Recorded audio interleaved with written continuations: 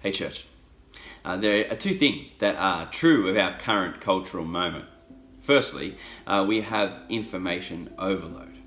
And secondly, there is a lot of disagreement on big issues. As Christians, this should lead us to ask two questions. Firstly, how can I discern truth from error when there's so much information out there? And secondly, how can I disagree lovingly with those who believe differently?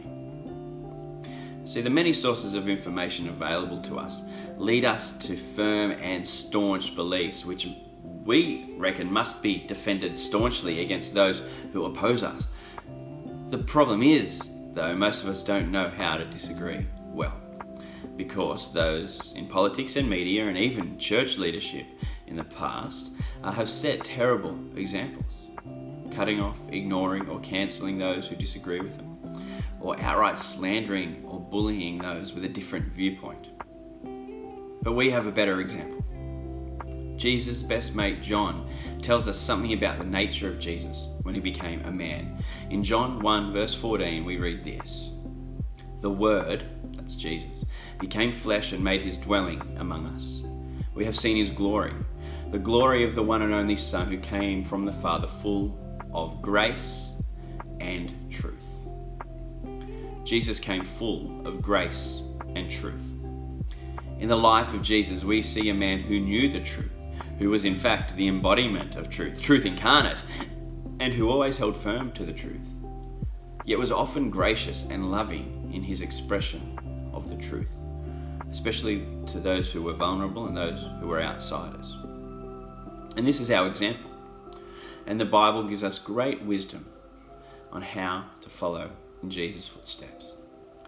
And so over the next 2 weeks, we'll be bringing you a mini-series called Grace and Truth that seeks to apply these principles to our discipleship and our public discourse. Week 1, we'll look at truth, and we'll ask the question, in a world of so many options, how can I be sure I'm believing the right thing? Now, we're not going to be looking into the Bible, whether that's true or false. We're taking that as a given. That is one of the foundations of our church's belief. But what we are going to look at is how to best discern truth in non-biblical matters.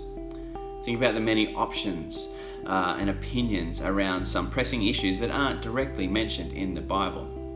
How can we responsibly seek out truth in those issues as Christians? Week 2 will all be about grace. How can we graciously and lovingly disagree with others? How can we hold to the truth, yet still be in fellowship and maintain friendship with those who think differently?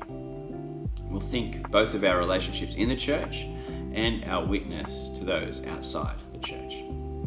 I think these are very pertinent and pressing topics, and at NBC we believe it is essential to our fellowship and our public witness that we get these things right.